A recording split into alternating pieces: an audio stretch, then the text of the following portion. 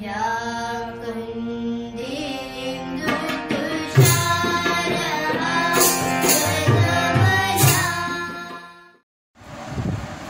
गणेशाय नमः, सरस्वत्यै नमः।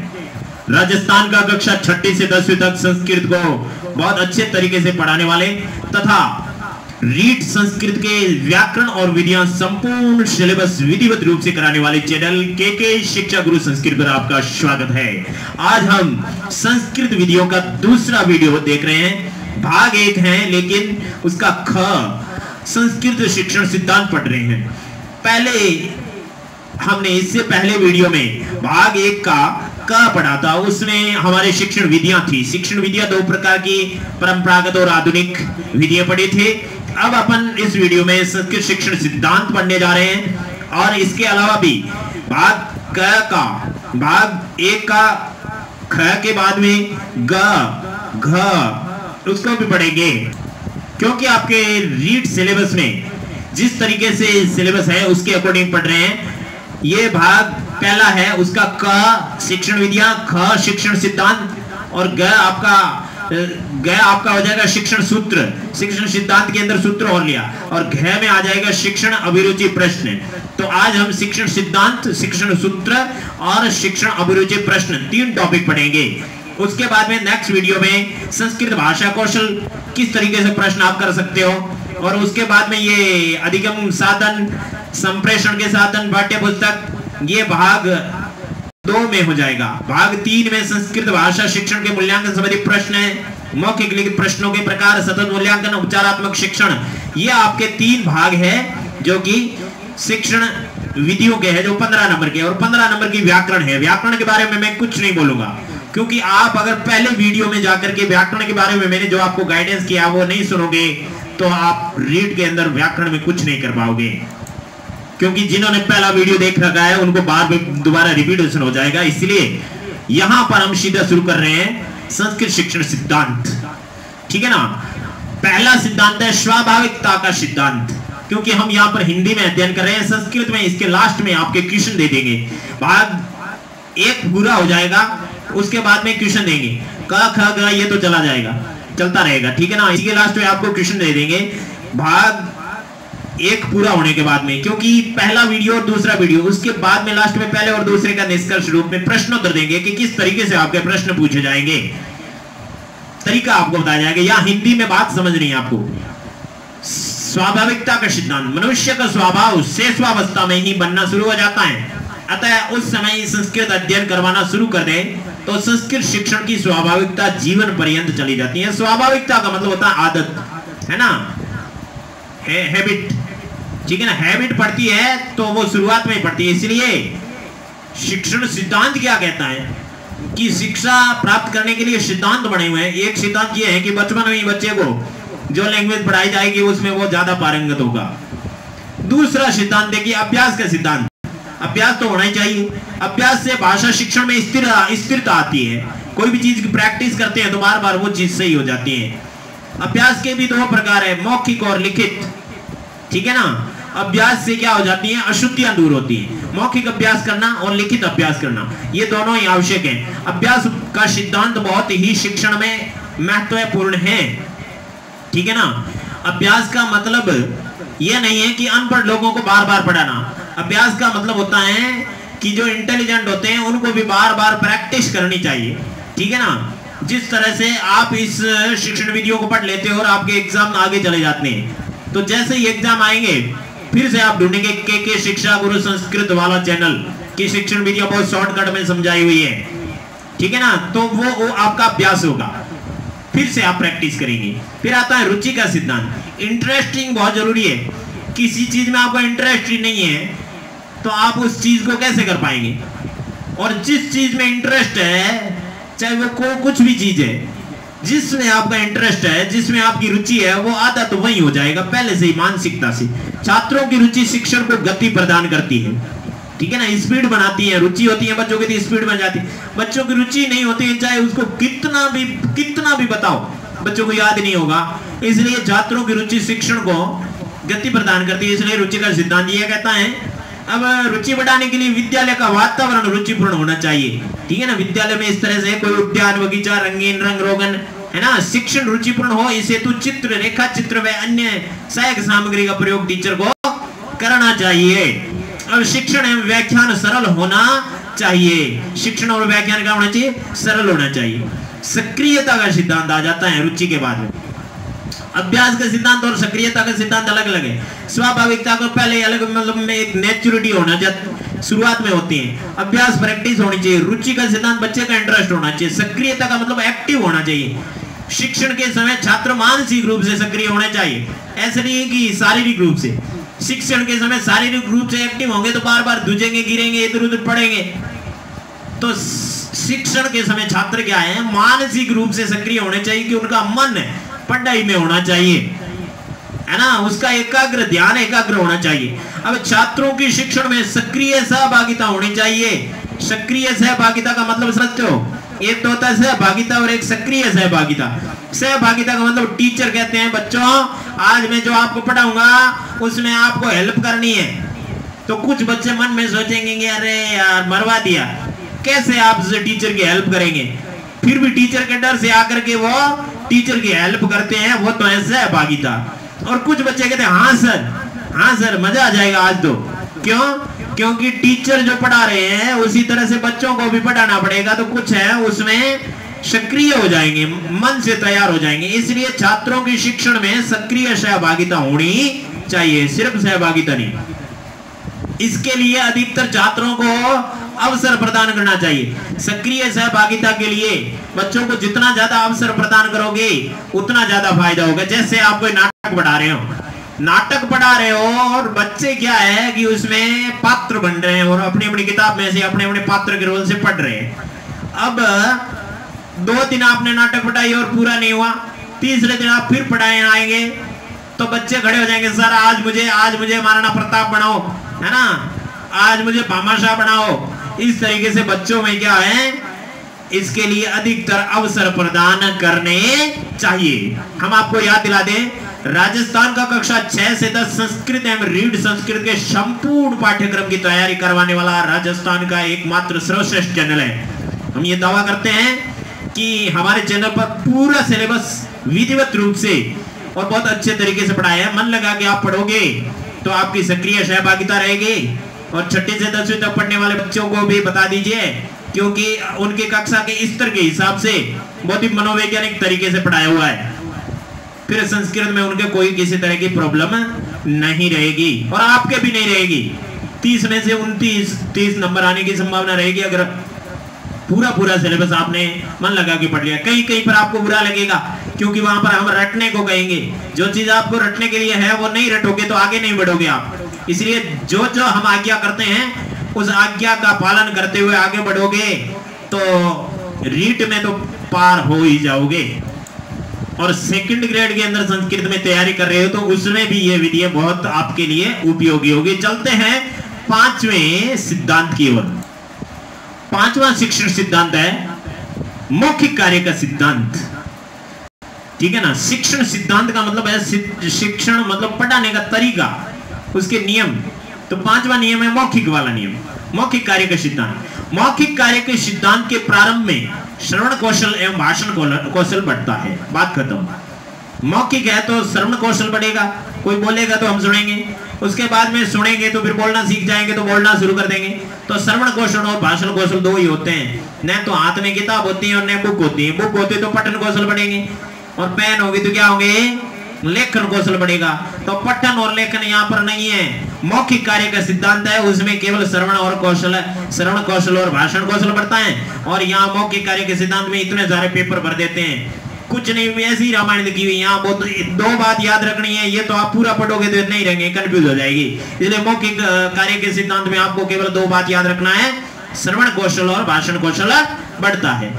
अब 6ठा अनुपात एवं क्रम का सिद्धांत। अनुपात का मतलब बांटना, क्रम का मतलब होता है उत्तरोत्तर कौन सी चीज याद करनी है। तो अनुपात और क्रम का सिद्धांत शिक्षण को उद्देश्य एवं व्यवहार परिवर्तन आदि अनुपातों में या क्रमानुसार बांटकर शिक्षण करना चाहिए। यह अनुपात मतलब उद्देश्य में बांटना चाहिए। या व्यवहार परिवर्तन, उद्देश्य में या व्यवहार परिवर्तन, इन सभी अनुपातों में कितना उद्देश्य बनाना है, कितना व्यवहार में परिवर्तन होगा, उस बात को बांटना है। कौन सी कक्षा के बच्चे हैं, उस बच्चों के हिसाब से कैसा लेसन बनाना है, ये अनुपात और क्रम का सिद्धांत है। अब इससे अभिव्यक्ति एवं ग्रहण क्षमता का अनुपात समान होना चाहिए। ध्यान रखने योग्य बात क्या है, अनुपात एवं क्रम में अभिव्यक्ति एवं ग्रहण क्षमता का अनुपात समान होना चाहिए। अभिव्यक्ति का मतलब यह है कि हम कितना बोल रहे हैं, और ग्रहण क्षमता, बच्चों की क्षमता कितनी है, उसके अनुपात को समान कर देना चाहिए। मौखिक और लिखित कार्य का भी अनुपात होना चाहिए। अनुपात और क्रम का सिद्धांत क्लियर हो गया। समझ में आया कि नहीं आया? बोलने के बोलते जा रहे, छोटे बच्चों को कुछ समझ में नहीं आ रहा, बहुत भारी भारी बोल रहे, लेवल के अनुसार करना, अनुपात और क्रम के। अब आता है 7वां, स्वतंत्रता और व्यक्ति की भिन्नता का सिद्धांत। स्वतंत्रता और व्यक्ति की भिन्नता का मतलब बच्चे अलग अलग टाइप के होते हैं, उस हिसाब से उनको कार्य देना चाहिए, है ना। स्वतंत्रता दी गई बच्चों को तो याद ज्यादा होगा, बच्चों को बंधन में रखोगे तो याद कम होगा। तो स्वतंत्रता और व्यक्ति की भिन्नता का सिद्धांत है, छात्र को स्वतंत्र वातावरण प्रदान किया जाए, जिससे क्या है कि उनमें उत्सुकता बढ़ती है, सक्रियता बढ़ती है। वार्तालाप, चर्चा, वाद विवाद इत्यादि नवाचारों का प्रयोग करना चाहिए, ठीक है ना। नवाचार का मतलब नवीन आचरणों का, नवीन बातों का, बच्चों के सामने नई बात हो गया, ऐसा करेंगे आज, ऐसा करेंगे। व्यक्तिगत क्षमता के आधार पर कार्य देना चाहिए। कुछ बच्चे होते हैं जिनको बहुत ज्यादा याद होता है, उनको उस हिसाब से, और कुछ नहीं होता है तो उनको इस हिसाब से व्यक्तिगत क्षमता होती है। और कक्षाओं के अनुसार 10वीं में आप जो चीज दे रहे हो वो 6ठी में दे रहे हो, ऐसा भी नहीं होना चाहिए। ये आपके शिक्षण सिद्धांत पूरे हो गए। अब हम शिक्षण सूत्र पढ़ेंगे, ठीक है ना। ये चीज है 1 मिनट की है। हमारे चैनल पर कक्षा 6ठी संस्कृत, 7वीं संस्कृत, 8वीं संस्कृत, 9वीं संस्कृत और 10वीं संस्कृत एवं रीड संस्कृत हेतु व्याकरण में संधि, वर्णमाला, उच्चारण, स्थान, प्रत्यय, उपसर्ग, वाच्य, पुरुष, लिंग, वचन, विशेषण, विशेष्य, लकार, विभक्ति, शब्दरूप, धातुरूप, कारक, अशुद्धि, संशोधन एवं संस्कृत अनुवाद आदि टॉपिक पढ़ाए हुए हैं। अतः आप हमारे चैनल की लिंक में जाकर के सब्सक्राइब करें, सदस्यता लें, व्हाट्सएप फेसबुक पर शेयर करें, लाइक करें, अपनी अपनी कक्षा की वीडियो प्लेलिस्ट से जाकर के देख सकते हो। चलिए फिर से हाजिर हुए हैं। भाग 1 उसका ग, ठीक है ना। सेकंड वीडियो है, फर्स्ट वीडियो में भाग फर्स्ट उसका क पढ़ा था, और यहां पर ख पढ़ लिया, अब ग पढ़ रहे हैं, ठीक है ना। संस्कृत के शिक्षण सूत्र। शिक्षण सूत्र का मतलब होता है नियम, सिद्धांत का मतलब एक सार्वभौमिक बात होती है, सूत्र का मतलब होता है एक कॉमन बात होती है, ठीक है ना। ज्ञात से अज्ञात, सरल से कठिन, सूक्ष्म से स्थूल, पूर्णात अंशम प्रति, अनुभव से तर्क, विशेष से सामान्य, विश्लेषण से संश्लेषण, अनिश्चित से निश्चित, सारे सूत्र सिमिलिट है। लेकिन इसमें क्या भिन्नता है, छोटा सा बैरियर है, उसको हमने यहाँ पर बताया। ज्यादा रामायण यहाँ पर नहीं किया, बस बात को समझना है कि कहना क्या चाहता है। ज्ञात से अज्ञात, छात्रों को नवीन ज्ञान प्रदान करने हेतु उससे संबंधित ज्ञात ज्ञान से पढ़ाना शुरू करना चाहिए। जैसे सर्वनाम पढ़ाने से पहले संज्ञा को पढ़ाना चाहिए। सर्वनाम पढ़ाना शुरू कर दिया, संज्ञा के स्थान पर आने वाले शब्दों को सर्वनाम कहते हैं। अरे होती क्या है संज्ञा, इसलिए सर्वनाम बताने से पहले संज्ञा बताना, मतलब ज्ञात है, उस ज्ञात से अब उसको आगे और क्या अज्ञात पढ़ाना, उसकी ओर जाना। बात समझ में आ गई ना। सरल से कठिन, सरल का मतलब बच्चे किस बात को पहले याद कर सकते हैं, उस बात को पहले पढ़ाना, फिर उसके बाद में कठिन बात को, किसी प्रश्न को विभिन्न भागों में बांट देना चाहिए पहले तो, उसके बाद में जो उसमें से सरल लगे वो सरल पहले पढ़ा देना चाहिए, फिर कठिन पढ़ाना चाहिए, ठीक है ना। जैसे गणित की प्रश्नावली होती है ना, उस प्रश्नावली में पहली प्रश्नावली बहुत सरल होती है, दूसरी उससे हार्ड होती है ना। 1.1 बिल्कुल इजी, 1.2 उससे ज्यादा, 1.3 सबसे हार्ड। इस तरीके से सरल से कठिन की ओर अपन को जाना चाहिए। फिर सूक्ष्म से स्थूल, ये बात ध्यान से देखो, ज्ञात से अज्ञात और सूक्ष्म से स्थूल। पहले सारांश बताना, उसके बाद विभिन्न अंगों का वर्णन करना। सूक्ष्म का मतलब होता है छोटी, किसी चीज को छोटी करके बताना। स्थूल का मतलब बड़ी करके बताना। सारांश बता देना पहले कि इस पाठ में ये बात है, ये बात है, लुभावना मतलब लुभावनी बात बताना। उसके बाद में विभिन्न अंगों का वर्णन करना। पहले वर्णनात्मक पद्य, उसके बाद में भावार्थ। वर्णनात्मक पद्य, पद्य का मतलब कोई भी श्लोक होता है उसके शब्दों के अनुसार अर्थ करना, उसके बाद में उसको विशेष रूप से भाव में पढ़ना। बात समझ में आ गई ना? सूक्ष्म से स्थूल क्या मतलब? सूक्ष्म मतलब पहले छोटे रूप में बताना, फिर बड़े रूप में बताना। अब पूर्णात अंशम प्रति, पूर्ण से अंश की ओर, पूर्ण से अंश और सूक्ष्म से स्थूल। देखो इसमें पूर्ण का मतलब पहले पूरी बात बताना, पूरी बात। सूक्ष्म से स्थूल एक ही बात है। सूक्ष्म का मतलब सूक्ष्म में भी अपने स्थूल बात बताई, मतलब सॉरी, सूक्ष्म के अंदर अपने पूरी बात बताई लेकिन छोटे रूप में बताई। यहां पर पूर्णांत अंशम प्रति, पूर्णांत का मतलब पहले पूरी बात बता रहे हैं, फिर उसके टुकड़ों को बता रहे हैं, तो टुकड़ों में ज्यादा टाइम लगेगा, तो स्थूल में ज्यादा टाइम लगेगा। तो सूक्ष्म से स्थूल बताओ या पूर्ण से अंश बताओ। पहले शीर्षक बताना, पहले सारांश बताना, एक ही बात है। फिर उसके विभागों को बताना, बाद में उसके विभिन्न अंगों को बताना, तो एक ही बात है। पहले पूर्ण वस्तु स्थिति चित्र बताना, फिर उसके अंगों की ओर जाना। जैसे पहले भारत का मानचित्र बताना, फिर उसके राज्यों की स्थिति बताना, पूर्ण से अंश की ओर, टुकड़ों की ओर। बात समझ में आ रही है ना? बहुत अच्छे से आ रही है, मुझे पता है। तो चैनल सब्सक्राइब कर दीजिए ना, अपने मित्रों को शेयर कर दीजिए, शेयर बटन दबाओ। फेसबुक और व्हाट्सएप सब कुछ आएंगे, तो वहां पर व्हाट्सएप दबाओगे तो अपने सारे ग्रुप आ जाएंगे। उस ग्रुप को क्लिक करोगे तो थोड़ी देर रुकना, उसके बाद में वहां शेयर करना, क्योंकि वहां लिंक बनती है। उसके बाद में वहां आप लिख भी सकते हो लिंक के अंदर। अब देखो अनुभव से तर्क की ओर, ये चीज समझनी। ये तो आपके ज्ञात से क्या, सरल से कठिन, सूक्ष्म से स्थूल और पूर्ण से अंश एक ही बात है। यहां देखो अनुभव से तर्क की ओर, ध्यान से देखना।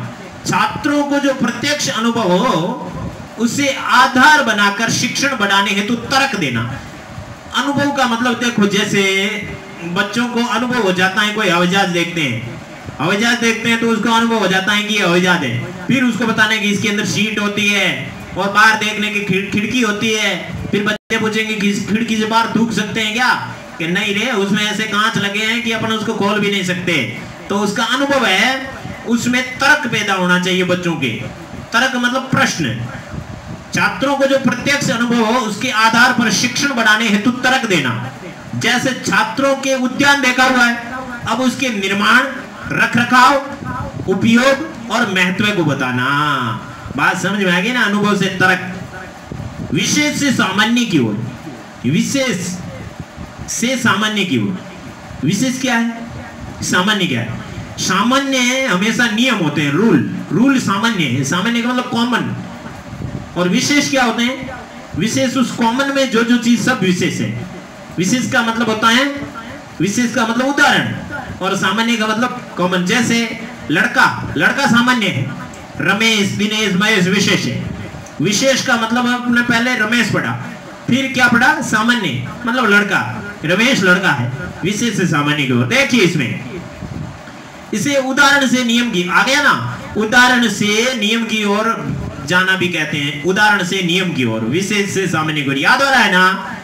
चलिए, क्योंकि उदाहरण अपनी अपनी जगह पर विशेष होते हैं, परंतु नियम तो सभी जगह सामान्य ही होते हैं ना। अब आया समझ में? आता रहेगा, आता रहेगा। विश्लेषण से संश्लेषण की ओर, ये नियम है ना, ये सबके उल्टा है। संश्लेषण से विश्लेषण नहीं, विश्लेषण से संश्लेषण की ओर, इन सब का उल्टा। वी का मतलब विस्तार, स का मतलब संक्षिप्त। पहले विस्तार बताना, लास्ट में निष्कर्ष बताते हैं ना। यहाँ तो पहले सार बता रहे हैं, यहाँ सार बता रहे हैं, पहले सार बता रहे हैं, पाठ की प्रस्तावना बताई जाती है, फिर उसको विस्तार से बता के छोड़ दिया जाता है। लेकिन यहाँ पहले पाठ बढ़ाया जाता है, पूरा पूरा विस्तार से विश्लेषण किया जाता है, उसके बाद में उसका संश्लेषण किया जाता है, निष्कर्ष निकाला जाता है। पहले वर्णन करके सार बताना, विश्लेषण, विस्तार, संश्लेषण, संक्षिप्त। वी से वी, स से स, वी से वी, स से। अब क्या बताएं? और अब तो पूरा दिमाग में रह जाना चाहिए। जैसे पहले पद परिचय बताना, संधि, समास, धातु रूप, शब्द रूप, वचन, लिंग, अव्यय, सारे के सारे हमारे चैनल पे पढ़ाए हुए हैं। ये पढ़ लोगे तो फिर बाद में वाक्य रचना होगी। पहले पद परिचय बताओगे तो वाक्य रचना होगी। तो पद परिचय विस्तार है, वाक्य रचना सार है। अब 8वां, अनिश्चित से निश्चित की ओर। छात्र शिक्षण से पहले विषय वस्तु के बारे में निश्चित नहीं होते हैं, ठीक है ना। उनको पहले विश्वास नहीं होता है कि होगा कि नहीं, मुझसे होगा कि नहीं होगा, ये है कि नहीं। उन्हें शिक्षण द्वारा निश्चित करना। जैसे राम शब्द रूप याद करने पर हरि और लता के बारे में निश्चितता हो जाती है कि राम शब्द का रूप याद कर लिया तो हरि और लता का भी हो जाएगा। अब अपना ये शिक्षण विधियां यहां से शुरू हो रही है। इसके ऊपर व्याकरण है। संस्कृत भाषा शिक्षण विधियां पढ़ ले, और यह संस्कृत भाषा के शिक्षण सिद्धांत और शिक्षण सूत्र भी पढ़ लिए। हालांकि यहाँ सूत्र लिखा हुआ नहीं। अब संस्कृत शिक्षण अभिरुचि प्रश्न पढ़ रहे हैं, यानी ये पढ़ लिया, ये पढ़ लिया, ये पढ़ रहे हैं, यानी भाग एक पूरा होने जा रहा है। फिर ये भी पढ़ना है, ये भी पढ़ना है। सिलेबस के अनुसार अपना अध्ययन करेंगे। तो देखिए ये आपका आ गया भाग एक, भाग एक, और उसका घ, ठीक है ना। क के अंदर विधिया, ख के अंदर सिद्धांत, ग के अंदर सूत्र और घ के अंदर शिक्षण संस्कृत अभिरुचि के प्रश्न। ये अपने अकॉर्डिंग टू सिलेबस पढ़ रहे हैं रीट के। प्रस्तावना कौशल प्रश्न। प्रश्नों के प्रकार है अन्वेषण प्रधान प्रश्न, श्याम पट प्रश्न और प्रश्नोत्तर कौशल प्रश्न। ये आपके तीसरे भाग में और आएंगे। प्रश्नों के मौखिक लिखित प्रश्नों के प्रकार है वहां पर। तो यहाँ प्रस्तावना कौशल प्रश्न है। वो ये सारे प्रश्न क्या है कि अपने हर्बर्ट पंचपदी विधि में जो प्रस्तावना था ना, वहां पर ये प्रस्तावना कौशल प्रश्न थे। यहाँ पर तो अभिरुचि के प्रश्न है, ये टॉपिक है। इस प्रकार के प्रश्न छात्रों को नवीन ज्ञान से जोड़ने के लिए होते हैं। नवीन ज्ञान से जोड़ने के लिए इनकी विशेषता क्या है? पूर्व ज्ञान पर आधारित होने चाहिए। पूर्व ज्ञान पर आधारित, जैसे बताया था ना कि बच्चों को लास्ट में समस्यात्मक प्रश्न आता है। पहले बताते हैं आप कहाँ रहते हो, कि मैं तो उस गांव में। अरे नहीं, कौन से ग्रह पे रहते हो, कि पृथ्वी पर। पृथ्वी पर आप कौन से देश में रहते हो, कि भारत में। भारत में सर्वाधिक क्या पाया जाता है, ये तो पता नहीं। तो आज हम ये पढ़ेंगे। वो होता है पूर्व ज्ञान पर आधारित। अंत में समस्यात्मक प्रश्न आता है प्रस्तावना कौशल में। फिर आता है श्रृंखलाबद्ध होना चाहिए, ठीक है ना। कहाँ रहते हो, पृथ्वी पर। पृथ्वी पर कौन से, भारत में। श्रृंखला होनी चाहिए। विद्यार्थियों में अभिप्रेरणा जागृत होनी चाहिए ना, बच्चों में एक्टिविटी, मोटिवेशन होना चाहिए। यह होता है प्रश्नावना। फिर अन्वेषण प्रधान प्रश्न। अन्वेषण का मतलब खोज, बच्चे खोज करें। जब छात्र किन्हीं प्रश्नों के उत्तर न दे सके तो ऐसे प्रश्न करना जो इनसे संबंधित हो, जिससे उत्तर छात्र दे सके। मतलब कोई प्रश्न अपन ने किया, उसका उत्तर नहीं आता है, तो भाई उससे संबंधित थोड़ा सा रिलेटेड प्रश्न करते हैं, तो उस प्रश्न का उत्तर भी आ जाता है जिसका नहीं आता था। इसकी विशेषता क्या है? संकेत आधारित होनी चाहिए, सिंबल देने चाहिए बच्चों को, सिंबल्स, ठीक है ना। विस्तृत सूचना प्राप्त हो, मतलब बहुत सारा ज्ञान होगा तो पता रहेगा, ठीक है ना। तीसरी क्लास के बच्चों को जाकर भारत की राजधानी क्या है, क्या बता। फिर क्या करे, राजस्थान की राजधानी जयपुर है। तो कुछ बच्चे कहें तो राजस्थान की जयपुर है, उसी तरह से भारत की तो दिल्ली है, नई दिल्ली। तो उन बच्चों को, बाकी को विस्तृत सूचना प्राप्त नहीं कि राजधानी क्या होती है, राज्य क्या होते हैं। सूचना होनी चाहिए। पुनः केंद्रीकरण हो। पुनः केंद्रीकरण का मतलब होता है बच्चों ने ऐसा सोचा कि हमने पूरा पढ़ लिया, फिर भी अपने नया स्टेप शुरू किया है, नया स्टेज शुरू किया है, तो वहां पर उनका पुनः केंद्रीकरण हो जाना चाहिए कि नहीं, अभी तक आपका ज्ञान पूरा नहीं हुआ है। पुनः प्रेषण होना चाहिए। पुनः प्रेषण का मतलब होता है बच्चों तक हमने जो जानकारी पहुंचाई है वो एक बार फिर से पहुंचे, पुनः प्रेषण। ये हो गया अन्वेषण प्रधान प्रश्न। फिर आता है श्याम पट प्रश्न। श्याम पट प्रश्न की एक ही विशेषता है कि लिखावट सुंदर होनी चाहिए। श्याम पट प्रश्न छात्रों के शिक्षण में रुचि बढ़ाने हेतु अध्यापक द्वारा श्याम पट लिखे जाते हैं। विशेषताएं क्या है? लेखन की स्पष्टता एवं स्वच्छता हो, आकृतियों एवं रेखा चित्रों की स्पष्टता होनी चाहिए। प्रश्न औचित्यपूर्ण भी होना चाहिए, ऐसे नहीं कि ये लिख दिया, औचित्यपूर्ण होना चाहिए, रिलेटेड टू सब्जेक्ट। ओके, ये आपका हो गया श्याम पट प्रश्न। अब आता है प्रश्नोत्तर कौशल। प्रश्नोत्तर कौशल प्रश्न क्या है? अध्यापक द्वारा पढ़ाते समय अनेक प्रकार के प्रश्न छात्रों से करना चाहिए, यानी बच्चों पर ही डिपेंड करना चाहिए सारा। आपने एक आइडिया बताया और आइडिया में जो प्रश्न होता है बच्चों को सामने फेंक दिया, तो आधे से ज्यादा बच्चे उस प्रश्न का उत्तर दे देंगे। ऐसे प्रश्नों के उत्तर में फिर से प्रश्न बनाकर फिर प्रश्न पूछा जाता है, नहीं, ऐसे प्रश्नों के उत्तर में फिर से प्रश्न बनाना और फिर प्रश्न पूछना। ऐसे प्रश्नों के 5 ककारा प्रसिद्ध है। ककारा, क्या, कैसे, कहां, कहां से, किसके द्वारा। ये संस्कृत के हैं, हिंदी वाले तो नहीं। हिंदी में तो क्या, कौन, कैसे, कहां, ये।